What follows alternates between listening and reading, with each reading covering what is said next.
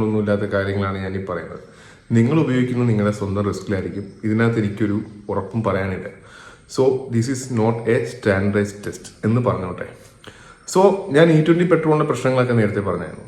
എങ്ങനെ നമുക്ക് E20 പെട്രോളിൻ്റെ പ്രശ്നങ്ങളിൽ നിന്ന് രക്ഷപ്പെടാം?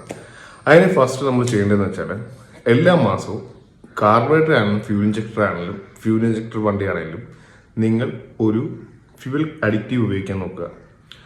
മാർക്കറ്റിൽ കുറേ ഫ്യൂവൽ അഡിക്റ്റീവ്സ് ഉണ്ട്. ഇപ്പോൾ പോളിട്രോൺ എന്ന് പറയുന്ന കമ്പനിയുടെ ഫ്യൂവൽ അഡിക്റ്റീവ് ഞാൻ യൂസ് ചെയ്തിട്ടുണ്ട്. എനിക്ക് നല്ല റിസൾട്ട് കിട്ടിയൊരു പ്രോഡക്റ്റാണത്. പോളിട്രോൺ ഉണ്ട്, അബ്രോ ഉണ്ട്. ഇങ്ങനത്തെ കുറച്ച് വില കുറഞ്ഞ, അതായത് മെയ്ഡ് ഇൻ ഇന്ത്യ ആയിട്ട് വരുന്ന ഫ്യൂവൽ അഡിക്റ്റീവ്സ് യൂസ് ചെയ്യുക. STP പോലുള്ളവ മേടിച്ചാൽ അതിനകത്ത് പ്രശ്നമെന്ന് വെച്ചാൽ STP US ബ്രാൻഡാണ്, US നിന്ന് ഇമ്പോർട്ട് ചെയ്ത സാധനമാണ്. സോ അത് ഒറിജിനൽ ആണോ അല്ലയോ എന്ന് ചെക്ക് ചെയ്യാനായിട്ടൊരു മാർഗ്ഗമില്ല. ഇന്ത്യൻ ബ്രാൻഡ്സ് ആകുമ്പോൾ നമുക്ക് ഒറിജിനൽ ആണോ അല്ലയോ എന്നൊക്കെ ചെക്ക് ചെയ്യാനായിട്ട് എളുപ്പമായിരിക്കും. സോ ഞാൻ യൂസ് ചെയ്ത് എനിക്ക് ഭയങ്കര റിസൾട്ട് കിട്ടിയ പ്രോഡക്റ്റ് ആണ് പോളിട്രോണിൻ്റെ ഫ്യൂൽ അഡിക്റ്റീവ്. പിന്നെ അബ്രോ ഞാൻ യൂസ് ചെയ്യാറുണ്ട്. ഈ ഫ്യൂൽ അഡിക്റ്റീവ്സിൻ്റെ ഒക്കെ പ്രത്യേകത എന്ന് വെച്ചാൽ അത് ഒരു പരിധി വരെ നമ്മുടെ പെട്രോളിനകത്ത് അല്ലെങ്കിൽ ടാങ്കിനകത്തുള്ള ജലാംശത്തെ നീക്കം ചെയ്യാനായിട്ട് സഹായിക്കുന്നു. സോ നമുക്ക് കുറേ നാൾ പ്രശ്നമില്ലാതെ, അതായത് ഈ E20 പെട്രോളിന്റെ ഏറ്റവും വലിയ പ്രശ്നം വെച്ചാൽ ഇത് വെള്ളത്തെ അട്രാക്ട് ചെയ്യുന്നു പറഞ്ഞു, ഹൈഡ്രോസ്കോപ്പിക് എന്ന് പറഞ്ഞു. എത്തനോൾ ഹൈഡ്രോസ്കോപ്പിക് ആയതുകൊണ്ട് ഓട്ടോമാറ്റിക്കായിട്ട് നമ്മുടെ ടാങ്കിനകത്ത് കുറച്ച് ജലാംശം കാണാൻ ചാൻസ് ഉണ്ട്.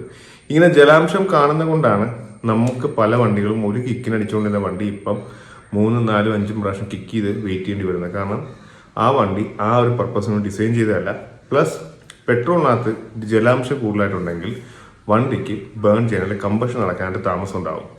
സോ പണം നോക്കണ്ട, എവിടുന്നെങ്കിലും നല്ല ഫ്യൂൽ അഡിക്റ്റീവ് മേടിക്കുക. ഇപ്പോൾ ഞാൻ പറഞ്ഞ പോളിട്രോണും നല്ലതാണ്. നമ്മുടെ ഒരു ബോട്ടിലിന് ആ പോളിട്രോണിന്റെ അഡിക്റ്റീവ് യൂസ് ചെയ്യുകയാണെങ്കിൽ നമുക്ക് കറക്റ്റ് 5 ml വെച്ച് സ്ക്വീസ് ചെയ്തെടുക്കുകയും ചെയ്യാം. ഇതിന്റെ പ്രത്യേകത വെച്ചാൽ നിങ്ങൾക്ക് ഡീസൽ കാറിന് ഉണ്ടെങ്കിലും ഡീസൽ കാറിനകത്ത് ഉപയോഗിക്കാം, പെട്രോളിനകത്ത് ഉപയോഗിക്കാം. ഒരേപോലെ ഉപയോഗിക്കാൻ പറ്റിയ ഫ്യൂവൽ സ്റ്റെബിലൈസർ അല്ലെങ്കിൽ അഡിക്റ്റീവ് ആണ് പോളിട്രോണിന്റെ. കൂട്ടത്തിൽ അബ്രോഡയും കൂടെ ഞാൻ പറഞ്ഞു. അബ്രോഡേ എന്ന് പറഞ്ഞാൽ എനിക്ക് തോന്നുന്നു 300 രൂപ ഉണ്ടെങ്കിൽ ഒരു വലിയൊരു ബോട്ടിൽ കിട്ടും. എത്ര ml ആണെന്ന് ഞാൻ ഓർക്കുന്നില്ല, ഞാൻ ഈയിടയ്ക്കും കൂടെ മേടിച്ചോളൂ. വലിയൊരു ബോട്ടിൽ കിട്ടും. അതിനകത്ത് ഒരു 5 ml 10 ml അല്ലെങ്കിൽ ലിറ്റർ പെട്രോളിന് അല്ലെങ്കിൽ 1 ലിറ്റർ പെട്രോളിന് 1 ml വെച്ച് ഈ സാധനം കണ്ടിന്യൂസ് ആയിട്ട് യൂസ് ചെയ്യാം.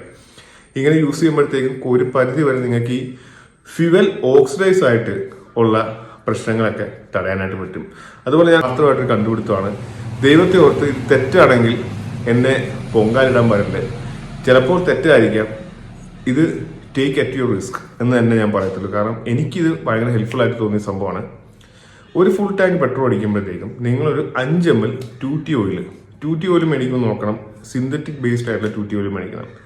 2 സ്ട്രോക്കിനകത്ത് ഒഴിക്കുന്ന ഓയിലാണ് 2T ഓയിൽ. അത് സിന്തറ്റിക് ബേസ്ഡ് ആയിട്ടുള്ള മേടിക്കണം. അപ്പം സിന്തറ്റിക് 2T ഓയിലിന് പ്രത്യേകത വെച്ചാൽ അത് കത്തിപ്പോയാലും തീരെ ആഷ് അല്ലെ കാർബൺ ഡെപ്പോസിറ്റ്സ് ഉണ്ടാകാൻ ചാൻസ് വളരെ കുറവാണ്.